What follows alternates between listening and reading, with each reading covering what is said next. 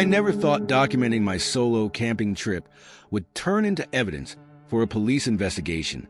Sometimes I still catch myself checking the locks twice at night, wondering if he followed me home from those woods. It started as a simple week-long trek through the Cascade Mountains. I'd done this route half a dozen times before, a 40-mile loop through old-growth forest, past alpine lakes, and over ridges that made you feel like you were walking on top of the world. The difference this time was that I was alone. My usual hiking partner, Sarah, had broken her ankle mountain biking 2 weeks before our planned trip. After 7 months of planning and requesting time off work, I decided to go solo rather than cancel. The first 2 days were perfect. Late September meant cool mornings, warm afternoons, and nights just cold enough to make crawling into my sleeping bag feel like heaven. The fall colors were starting to show, painting the mountainsides in patches of gold and crimson. I'd always been comfortable in the backcountry, and being alone amplified every sensation.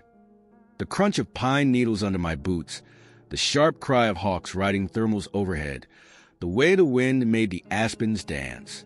I noticed the first sign something was wrong on my third morning. I'd hung my food cache the night before, standard procedure in bear country. The black dry bag containing 5 days' worth of dehydrated meals, energy bars, and trail mix was suspended exactly where I'd left it, about 15 feet high between 2 Douglas firs. But something fell off. The cord had been retied. I'm meticulous about my knots, always tying a specific variation of a bowline that my dad taught me. This knot was different, a perfectly executed figure-8 follow-through. I stood there for a long time, studying that knot, trying to convince myself I'd simply tied it differently in my evening fatigue. But the pit in my stomach told me otherwise. Someone had gotten to my food cache during the night, and they'd been skilled enough to replace it exactly as they'd found it. Almost exactly. I did a careful inventory. Nothing was missing, but things had been moved around inside the bag.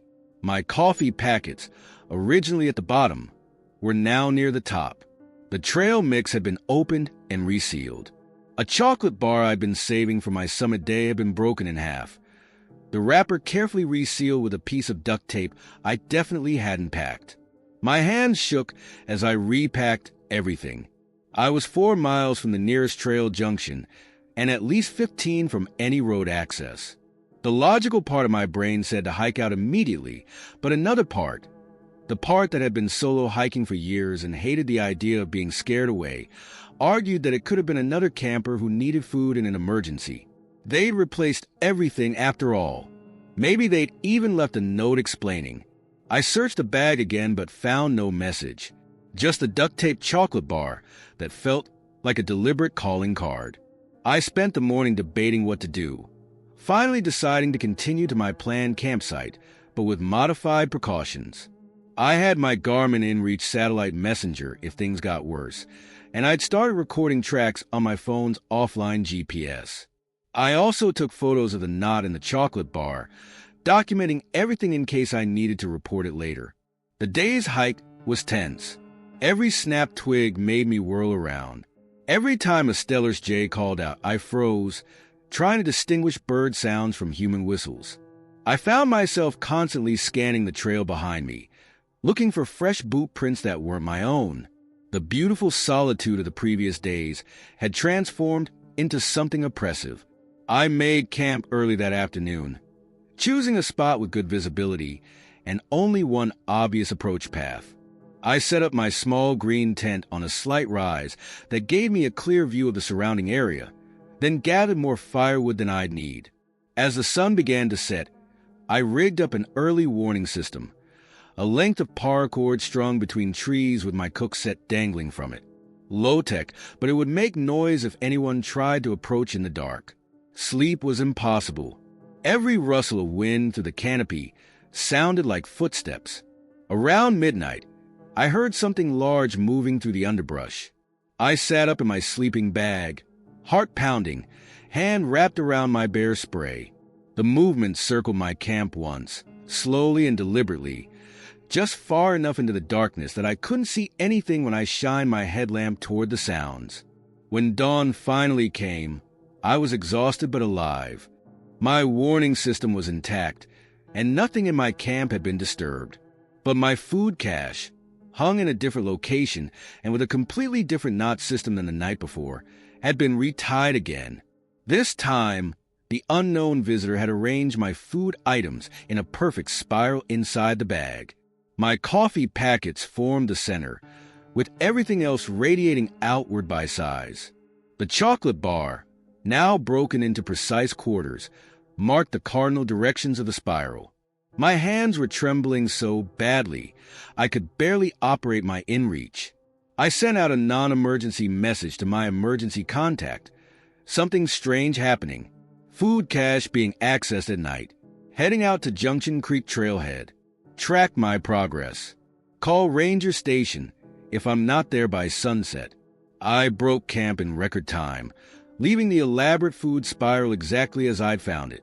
But as I shouldered my pack, I noticed something that made my blood run cold.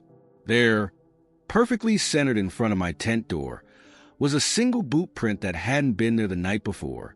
It matched the sizing and tread pattern of my own boots exactly. I set up my GoPro that night, hiding it in a cluster of salal bushes with a clear view of my food cache.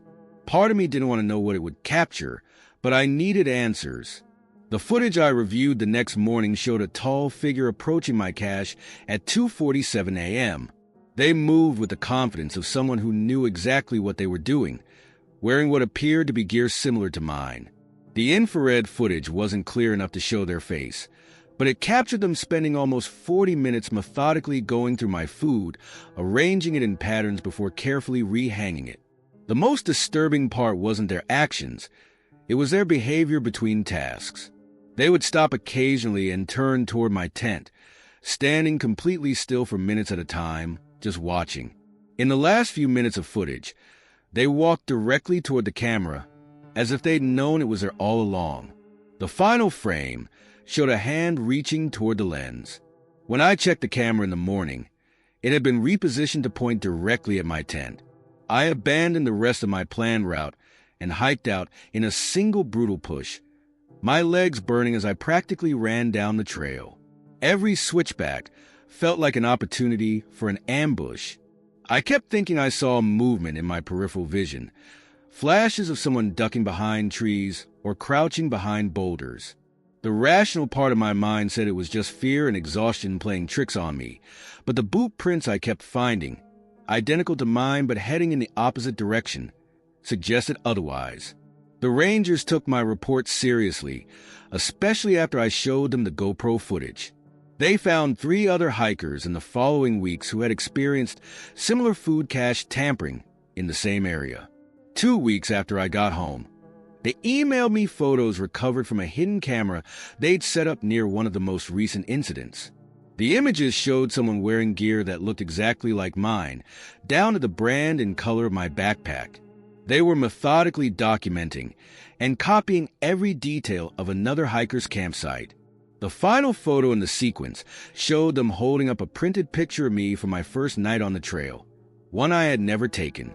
I still backpack, but never alone. I've learned that the most dangerous predators in the wilderness aren't always the 4-legged kind.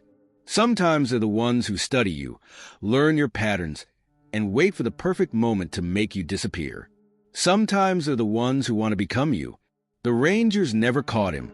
Sometimes when I'm downloading pictures from my hiking trips, I study the backgrounds carefully, looking for signs of someone watching from the trees. And every time I camp now, I wonder if he's still out there, learning new people's patterns, practicing his knots, and arranging their food in spirals while they sleep unaware in their tents. But mostly, I wonder about that chocolate bar. I still have the pieces, sealed in an evidence bag in my desk. Sometimes late at night, I take them out and look at them, remembering how perfectly they were broken, how precisely they were arranged. And I wonder if somewhere in the Cascades, someone else is finding their chocolate broken in exactly the same way, marking the beginning of their own nightmare. There's a reason people say you should never read found journals in the woods. I used to think that was just a cheap horror movie cliche. Now I know better. Now I know that sometimes those journals are warnings, and sometimes the story you're reading is about to become your own. I'd been on the Pacific Crest Trail for 3 weeks when I found the campsite. Late August in the northern Cascades meant I had plenty of daylight left, but something about the site made me stop early. It wasn't just a decent water source or the flat ground. It was the eerie sense of interruption that hung over everything. A high-end backpacking tent stood partially collapsed, as if someone had left in a hurry and never returned to break it down properly. A camp stove sat on a log, a half-prepared meal still in the pot, now growing mold in the mountain air. The rational part of my mind said to call it in and move on. I had my satellite phone. I could alert search and rescue and be 2 miles down the trail before sunset. But curiosity got the better of me. That and the threatening storm clouds building over the western ridgeline. I needed shelter, and the abandoned tent was a big Agnes copper spur, the same model as mine. As I investigated the site more closely, I noticed other high-end gear scattered about. A Western mountaineering sleeping bag that probably cost more than my monthly rent, a nearly new Osprey pack, and a Bear Vault food canister still half full of provisions. This wasn't the gear someone would willingly abandon. Everything was weather-beaten as if it had been there for weeks, but otherwise intact. That's when I found the journal. It was a simple moleskine notebook, partially protected from the elements by the tent's vestibule. The first entries were typical trail journal stuff: mile counts, weather conditions, notes about interesting plants and wildlife encounters. The author, who signed their entries as Marcus, was an experienced backpacker doing a section hike from Snoqualmie Pass to the Canadian border. The tone changed about halfway through. Day 12. Someone's been following me for the past 3 days. I thought I was being paranoid at first. Solo hiking plays tricks on your mind, but the signs are too consistent to ignore. My boot prints in the mud always have a second set overlapping them when I backtrack. My camp shows signs of being examined while I'm doing day hikes. Subtle things, like my guide lines being retied with different knots, or my bear can being shifted 2 inches to the left. Day 13. Caught a glimpse of them today. Tall, wearing dark green rain gear. They duck behind trees whenever I turn around, but they're not even trying to hide their presence anymore. The strange thing is how they move. Too fluid, too precise. Like they've practiced every step. Day 14. They're active at night now. I wake up to sounds of movement around my tent. Careful footsteps. The scratch of something being dragged through dirt. Found strange markings drawn around my campsite this morning. Not typical trail markers or hunting signs. They look old, geometric. But they weren't there when I made camp. Day 15. Haven't slept. Can't sleep. They're getting closer each night. The sounds are different now, not just footsteps, but whispers. Words I can almost understand, but not quite. Like they're practicing speaking. Called for help on my satellite phone, but only got static and what sounded like my own voice echoing back. Day 16. They mimicked a bird call today, a Swainson's thrush. Perfect pitch, perfect rhythm. Too perfect. Real birds went silent. Found my own tracks leading places I haven't been. Beginning to question everything. Need to cache this journal for someone to find. If you're reading this, they learn from watching. Don't look back. Don't make camp. Just run. The final entry was a shaky scrawl. They're not copying me anymore. They're replacing me. I should have left immediately. Should have grabbed my pack and hiked through the night if necessary. Instead, I made the classic horror movie mistake. I decided to make camp. The storm was rolling in fast, bringing the kind of mountain weather that could kill you if you're caught exposed. Besides, I reasoned, the journal was probably some hiker's creative writing project, abandoned to spook the next person who came along. I set up my tent 30 feet from the abandoned site, close enough to share the established flat ground but far enough to feel like I had my own space. As darkness fell and the storm moved in, I prepared for a long night of rain and wind. I had cell service, my satellite phone, and enough battery power to last several days. I was safe. The rain started just after sunset, drumming against my tent fly in a steady rhythm that would normally have been soothing. Instead, every change in the pattern made me tense. Every shadow cast by lightning made me question what I was seeing. I tried reading on my Kindle to distract myself, but my eyes kept darting to the tent walls, searching for silhouettes against the fabric. The first strange sound came around midnight, a perfect imitation of my earlier camp sounds.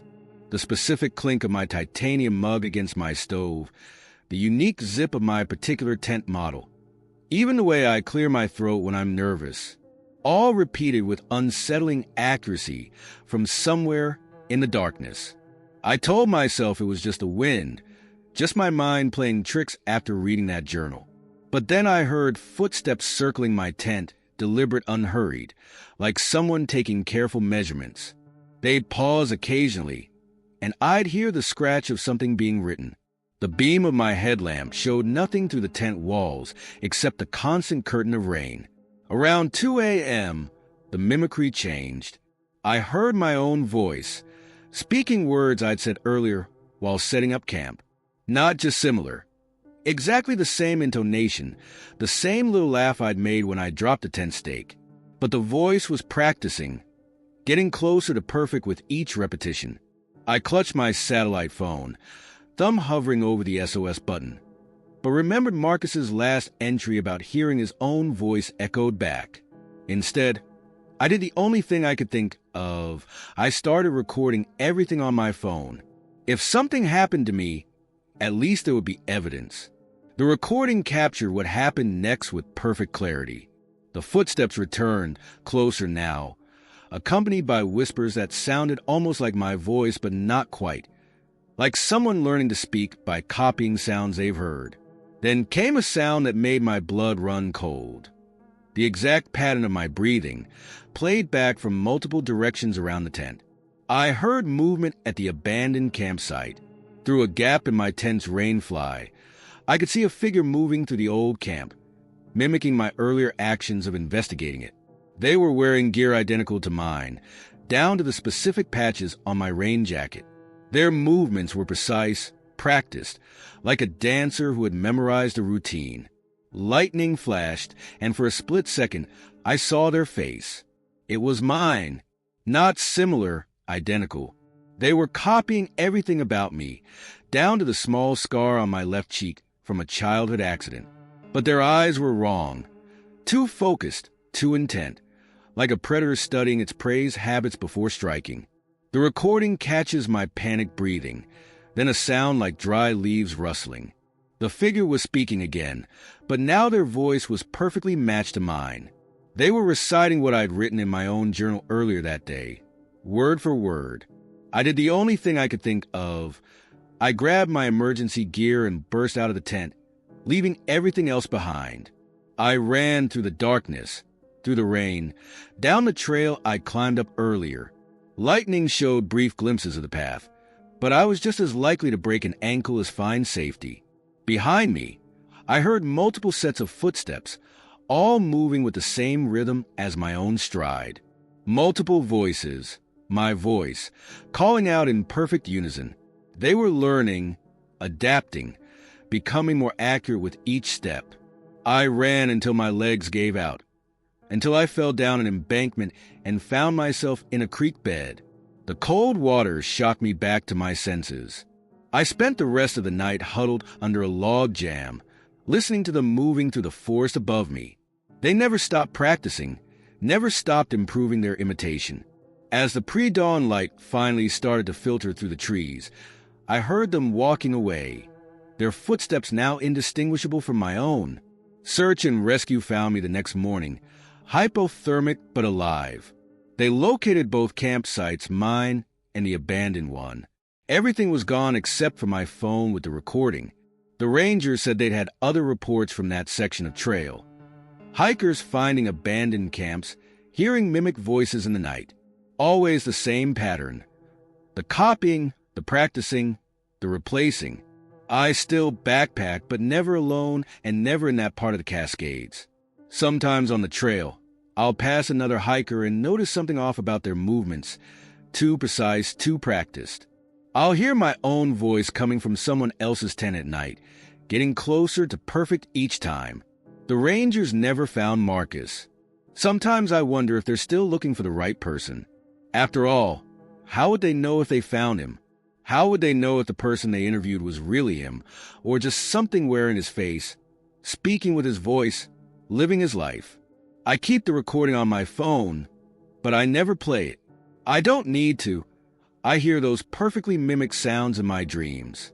Sometimes when I wake up, I catch myself practicing movements in the mirror, wondering if I'm really the original, or if something else has already replaced me, and is now learning to be me better than I ever was. The journal was right. They learn from watching, and they never stop practicing.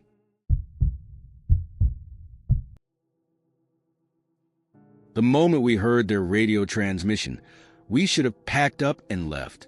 But curiosity is a dangerous thing in the wilderness, and sometimes the need to understand what's happening overcomes basic survival instinct. By the time we realized what was really going on in those woods, it was already too late. Jake and I had been planning this trip for months, a long weekend at Crystal Lake Wilderness area, far enough from civilization to see the Milky Way, but close enough to maintain a weak cell signal for emergencies. We were experienced enough to handle the backcountry, but not so jaded that we'd lost our sense of wonder. That's probably why we noticed the other group's strange behavior immediately.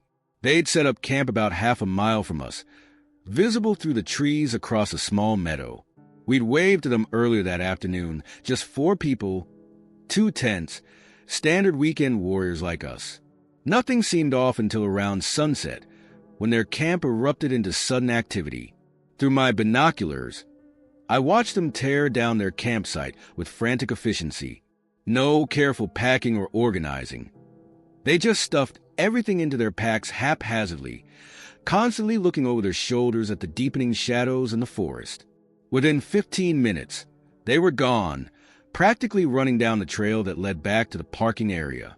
Maybe they got an emergency call, Jake suggested, but the pit in my stomach told me it was something else. The way they'd moved, the panic in their body language. It reminded me of prey animals that sense a predator before they actually see it. I was about to suggest we follow their example when our handheld radio crackled to life. We always kept one on for emergencies, though we rarely used it. The voice that came through was breathless, female, and terrified. Is anyone out there? Please, if anyone can hear this. They're still following us. We can't. The trail keeps leading back to the same place. Jake grabbed the radio before I could stop him. This is Campsite 14, we hear you. What's your situation? Do you need help? Static filled the air for a moment, then, oh thank God. We were at Site 17. Had to run. They were watching us from the trees. Been walking for an hour, but somehow we're still seeing our own campsite. Getting dark. Need help. I took the radio from Jake. Something felt wrong about the transmission, but I couldn't place what. Who's following you? Are you in immediate danger? More static, longer this time. When the voice returned, it was different, same person, but the words were stilted, like someone reading from a script. We see your campfire. Coming to you now. Don't move. Need help.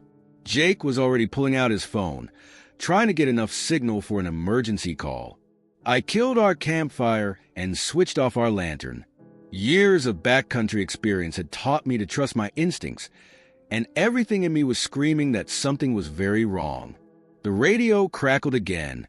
Now the voice was male, but with the same strange cadence. Can see your tent. Nice tent. Orange and gray. North face. Model Tallboy 3. Just like ours now. My blood ran cold.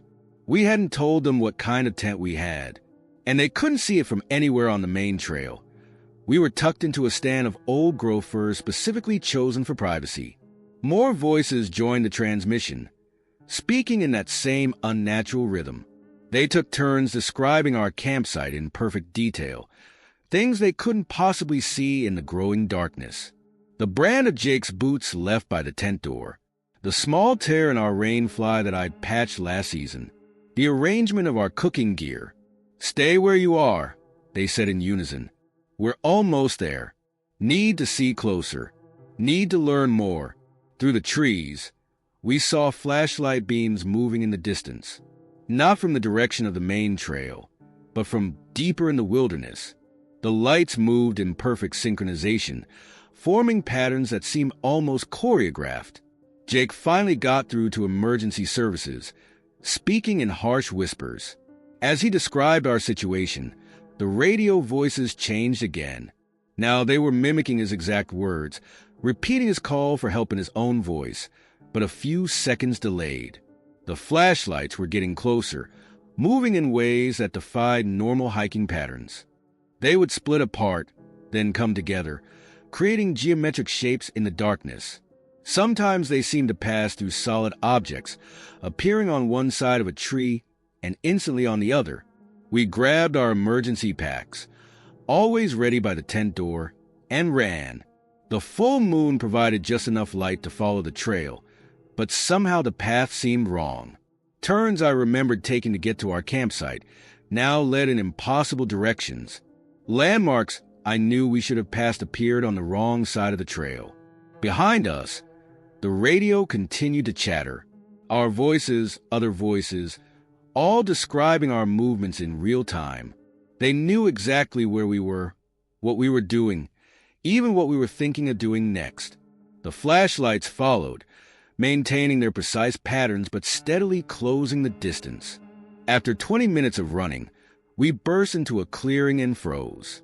There, in front of us, was our campsite, exactly as we'd left it, down to the half-doused campfire still smoking slightly. But we'd been running in a straight line away from it. It should have been impossible. The radio voices laughed, a synchronized mechanical sound. "You're learning," they said in chorus. "Learning like we learned. Come back. Watch with us. Learn to follow." We tried another direction. 10 minutes of hard running through the underbrush brought us to our campsite again.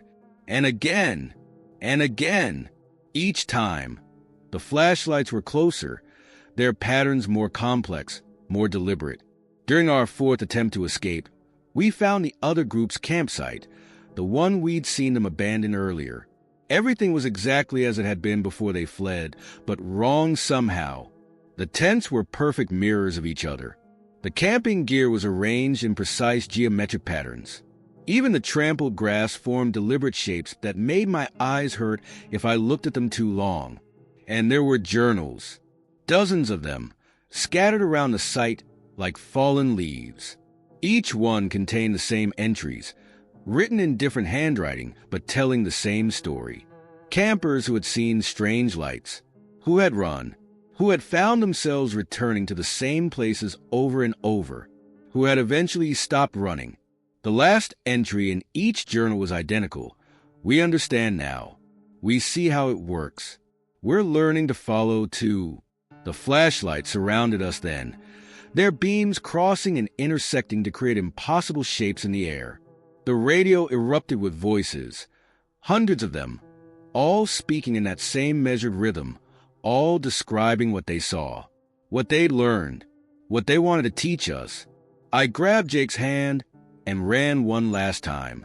I don't remember much about those final minutes, just the sound of our desperate breathing, the crunch of leaves under our boots, and the steady pursuit of synchronized lights behind us. When we finally broke through the tree line into the parking lot, our legs were bleeding from countless scratches and our lungs were on fire.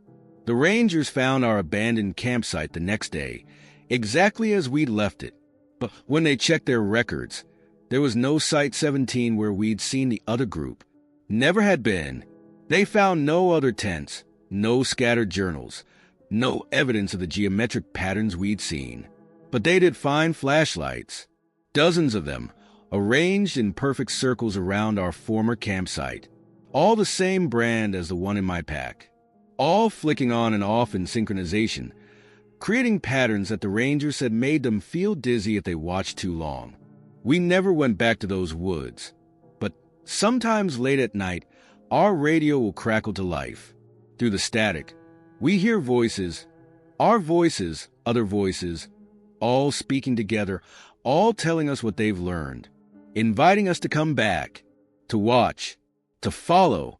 And sometimes, when I look out my window at night, I see flashlights moving in the distance. They're making patterns, teaching something to anyone who watches long enough. Each night, they get a little closer to town. I keep our old radio locked in a drawer now, but I know its battery died months ago. Still, on quiet nights, I can hear it whispering through the wood. The voices are getting clearer, more practiced. They're still learning, still following, still teaching anyone who watches long enough.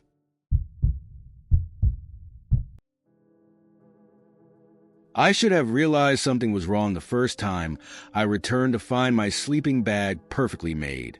I live alone, sleep alone, and hike alone. Nobody touches my gear but me. At least, that's what I thought before that week in the Ochocos. The trip started like any other solo backpacking adventure. 5 days of solitude in Oregon's high desert wilderness, moving camp each day to explore different areas of the forest. I'd done this route twice before, though never in October when the aspens turned gold and the nights grew long and cold. The shoulder season meant I had the trails to myself. No other hikers, no hunters, just the occasional elk moving through the underbrush. My first day went exactly as planned. 10 miles in, set up camp near a spring, photographed the sunset, sleep under stars so bright they cast shadows. I'd chosen a sheltered spot between two massive ponderosa pines, their orange bark glowing like fire in the late afternoon light. After setting up my tent and organizing my gear with the methodical precision that solo hiking demands, I headed out for a 2-hour photography hike. That's when it started.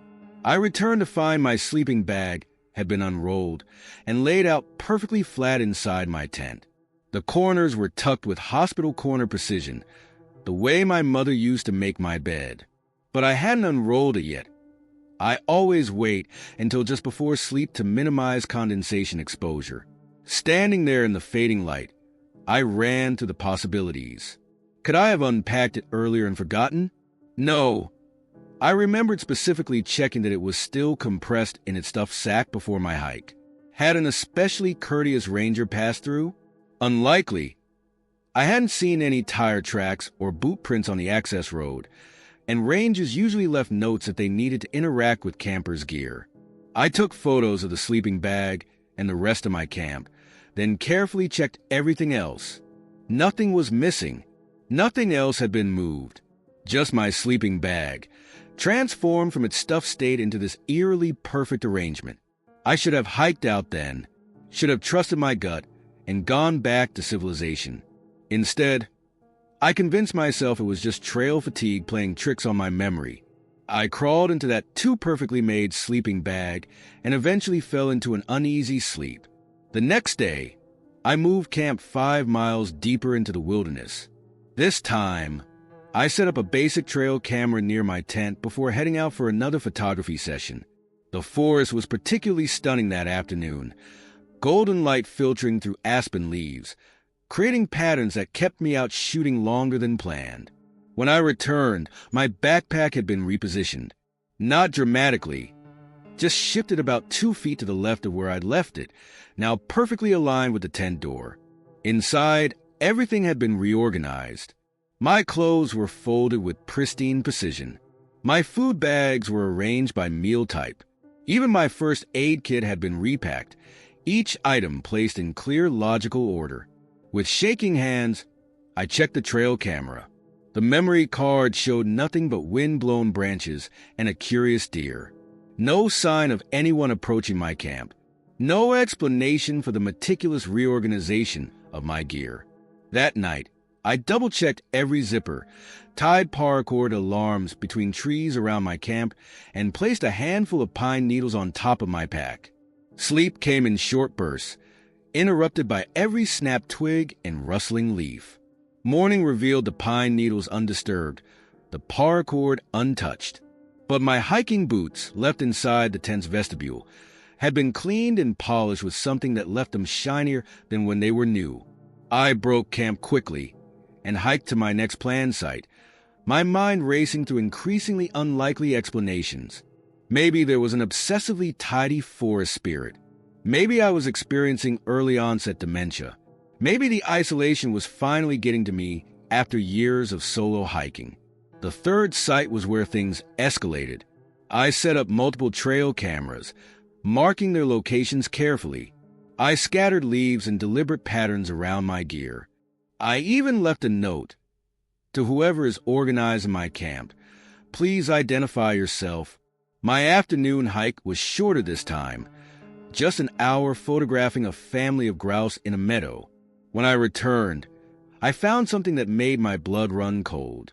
My tent had been rearranged to mirror my own bedroom at home. The sleeping bag was positioned exactly where my bed would be. My backpack sat precisely where my dresser stands. Even my hiking boots were placed at the exact angle I leave my shoes by my apartment door. But I had never told anyone about my home layout, never posted pictures of my bedroom online, never shared that kind of personal detail with another soul. The note I'd left was gone, replaced by one written in handwriting that looked disturbingly like my own. Getting everything ready for us. Almost perfect now. The trail cameras showed nothing, not even the usual wildlife, just empty forest and lengthening shadows. I called for an emergency pickup on my satellite phone, but the battery died mid-call. My cell phone showed no service. As darkness fell, I heard movement around my camp, careful footsteps that matched my own hiking rhythm perfectly.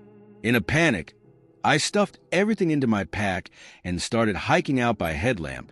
The forest felt different at night, paths turning back on themselves, landmarks appearing in impossible places.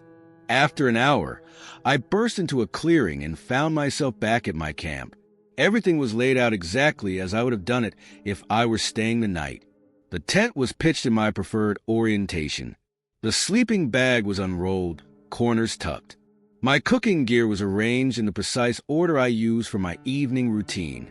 A new note sat on top of my backpack, still written in that mirror of my handwriting.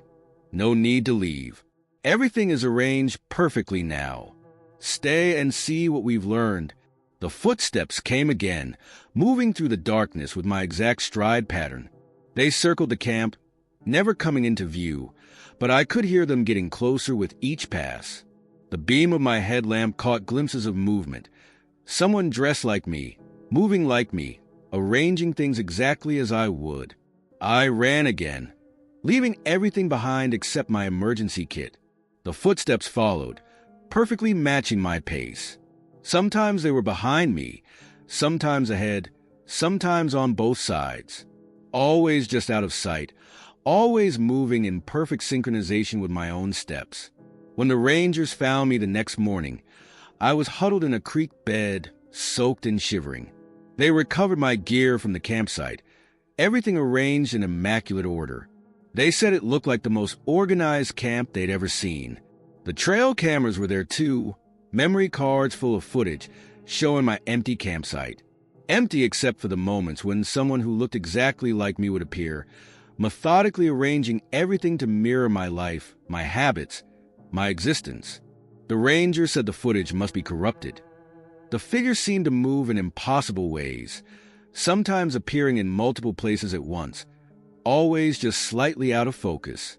I still backpack, but never alone. Sometimes on group trips, I'll return to camp to find my gear has been subtly adjusted, a sleeping bag corner tucked with hospital precision, a boot turned to the exact angle I prefer.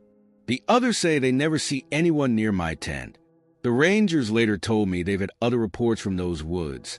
Solo hikers finding their camps rearranged, their habits mirrored, their lives cataloged and recreated with perfect precision. Always by someone who moves like them, looks like them, learns their patterns until they can reproduce them exactly. I keep the trail camera footage on an external hard drive, but I never watch it. I don't need to. I see it in my dreams. Someone who looks just like me, learning to be me, getting better at it each day. Sometimes when I come home, I notice small things arranged differently. A book straightened, a shoe aligned, a bed made with perfect hospital corners. They're still learning, still practicing, still getting everything arranged just right, still waiting for me to stay and see what they become.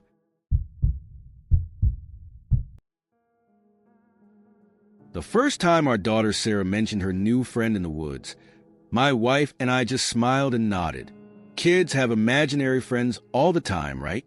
But imaginary friends don't leave carved wooden toys outside your tent at night. And they don't try to lead your 6-year-old into cave systems that aren't supposed to exist. It was supposed to be a simple family camping trip. 4 days in the Ozarks, just the 3 of us. Emily and I had been taking Sarah camping since she could walk, hoping to instill the same love of nature we shared. She was always an adventurous kid, more comfortable scrambling over logs and playing with dolls. But something about this trip was different from the start. We set up camp in a secluded spot near a small creek, the kind of place that makes you feel like you're the first people to ever pitch a tent there. Sarah helped us unpack with her usual enthusiasm, chattering about the butterflies and asking if we could go hiking before dinner. Everything seemed normal until she suddenly stopped mid-sentence and stared into the dense undergrowth beyond our campsite. "What is it, sweetie?" Emily asked, following her gaze. Sarah tilted her head like she was listening to something. "Kira says this used to be her favorite spot too." Emily and I exchanged glances. "Who's Kira?" "The girl who lives here," Sarah said matter-of-factly, as if we should already know. "She says she's been waiting for someone to play with." We did what any parents would do, asked a few gentle questions about her new imaginary friend. Sarah described Kira as a girl about her age with skin like tree bark and eyes that shine like Daddy's flashlight. She said Kira knew all the best places to find interesting rocks and could talk to the animals in the forest.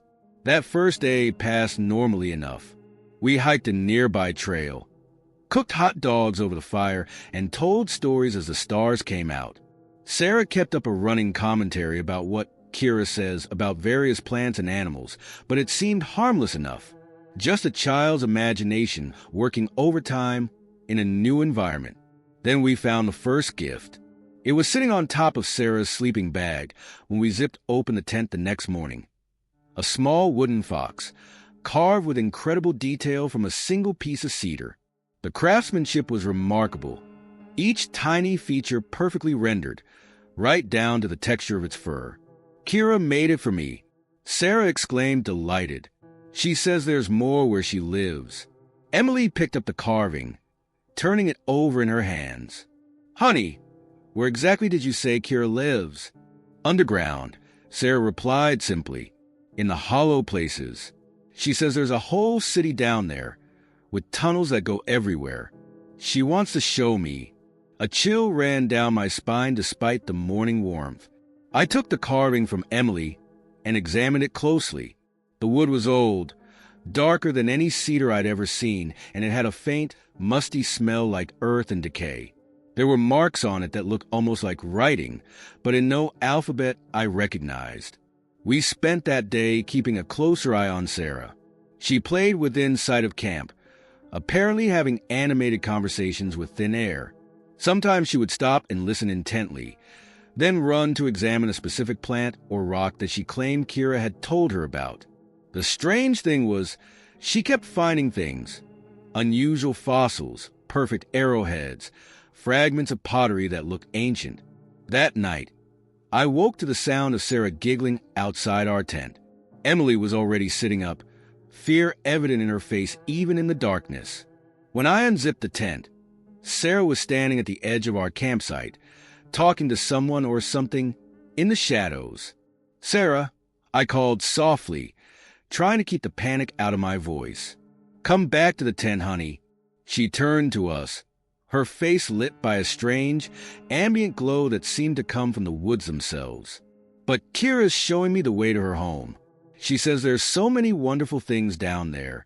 As my eyes adjusted to the darkness, I saw what looked like a trail of small, bioluminescent mushrooms leading into the forest. They formed a perfect line, disappearing into the undergrowth, giving off a pale, bluish light that pulsed gently like a heartbeat. Emily rushed past me and scooped Sarah into her arms. As she did, I heard what sounded like children's laughter echoing from somewhere deep in the woods. Not just one voice, but many, all slightly out of sync with each other. The mushrooms went dark all at once, plunging us into complete darkness. We spent the rest of the night with Sarah between us in the tent, listening to movement in the woods outside. Sometimes it sounded like footsteps, other times like something being dragged through the leaves. Occasionally we heard what might have been singing, in a language that made my teeth ache. Morning revealed another gift. This time a whole set of carved animals arranged in a perfect circle around our tent. Each one was made from the same dark wood, each marked with those strange symbols. In the center was a carving of what looked like a door, with steps leading down into stylized darkness. Sarah was delighted. Kira says these are just the beginning. She has so many more toys in her city. She says I could have all of them if I go with her. We started packing immediately, but everything went wrong. Our car keys vanished from where I'd secured them. The trail we'd followed and seemed to loop back to our campsite, no matter which direction we took. Even our GPS showed us in different locations each time we checked it, though we hadn't moved. As the day wore on, Sarah became increasingly insistent about going to see Kira's home. She says we don't have much time left, she kept saying. The door only opens for children, and I'm getting too old already. That's when we noticed the ground around our campsite was changing. Small sinkholes had begun appearing, each perfectly circular, each revealing hints of what looked like carved stone walls far below. The air coming up from them was cold and smelled of wet earth, and something else. Something old and patient and hungry. Emily found a journal tucked into Sarah's sleeping bag that evening, leather-bound and ancient, its pages filled with children's drawings. They showed underground passages, vast chambers filled with carved toys, and figures that looked almost human but not quite. The most recent entry was dated 1954 and simply read, "Mommy and Daddy won't let me go with them. But Kira says that's okay. She says they'll take care of me anyway." That night, we heard digging sounds under our tent. Sarah sat up excitedly, pressing her ear to the ground. "They're coming," she whispered. "Kira says they've almost reached us." The ground began to sink beneath us, slowly at first, then faster.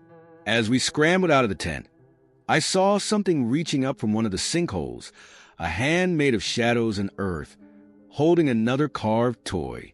We ran. Somehow, this time the trail let us leave. We didn't stop until we reached the car, which was now parked in a different spot than where we'd left it. Sarah cried the whole way home, begging to go back, saying Kira would be lonely without her. The rangers later told us they had no record of our campsite existing, though they did find our tent and gear, arranged in a perfect circle around a sinkhole that they swore hadn't been there the day before.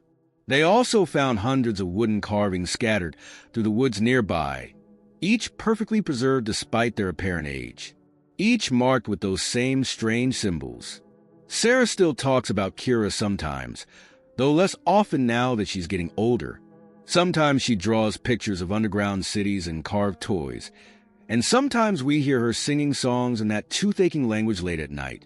We've moved 3 times since then, but every now and then we still find wooden carvings in Sarah's room, new ones, still smelling of earth and darkness, each one more intricate than the last, each marked with symbols that seem to change when you're not looking directly at them.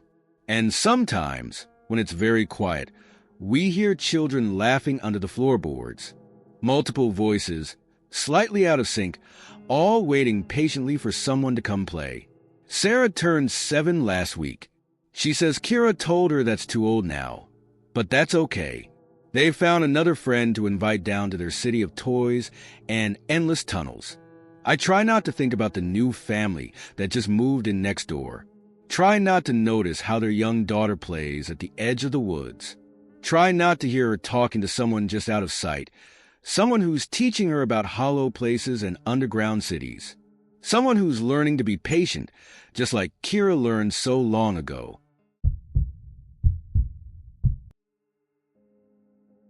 When you spend enough time in the wilderness, you learn to read signs. Broken twigs mean large animals pass through. Certain bird calls warn of predators. But nothing in my 15 years of backcountry experience had prepared me to read the symbols that appeared around our tent that week. Nothing could have prepared us for what they meant. Claire and I had been planning this romantic getaway for months. 5 days in the Boundary Waters, just us, our canoe, and miles of pristine Minnesota wilderness. No cell service, no other campers, no distractions. Just the kind of complete isolation that makes you feel like the last people on Earth. The first strange symbol appeared on our second morning. I noticed it while collecting firewood, a perfect circle drawn in the dirt, about 3 feet in diameter, with smaller geometric shapes inside it. At first, I assumed Claire had drawn it, maybe playing around while I was fishing the evening before.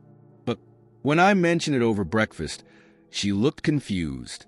"I haven't drawn anything," she said, coming over to look. "That's weird. The lines are too precise to be natural." She was right.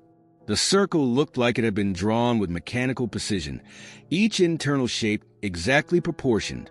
Even stranger, the soil inside the circle seemed different, darker, almost crystalline, as if it had been altered somehow. "Maybe another camper passed through?" I suggested, though we hadn't seen anyone else since paddling out from the launch point. Claire took some photos of the symbol, and we tried to put it out of our minds. We spent the day exploring a nearby inlet, watching otters play in the crystal-clear water and identifying different bird calls. It was perfect until we returned to camp. 3 new circles had appeared while we were gone, arranged in an equilateral triangle around our tent. Each one was identical to the first, down to the smallest detail. But that was impossible. We had a clear view of our campsite from the lake. No one could have approached without us seeing them.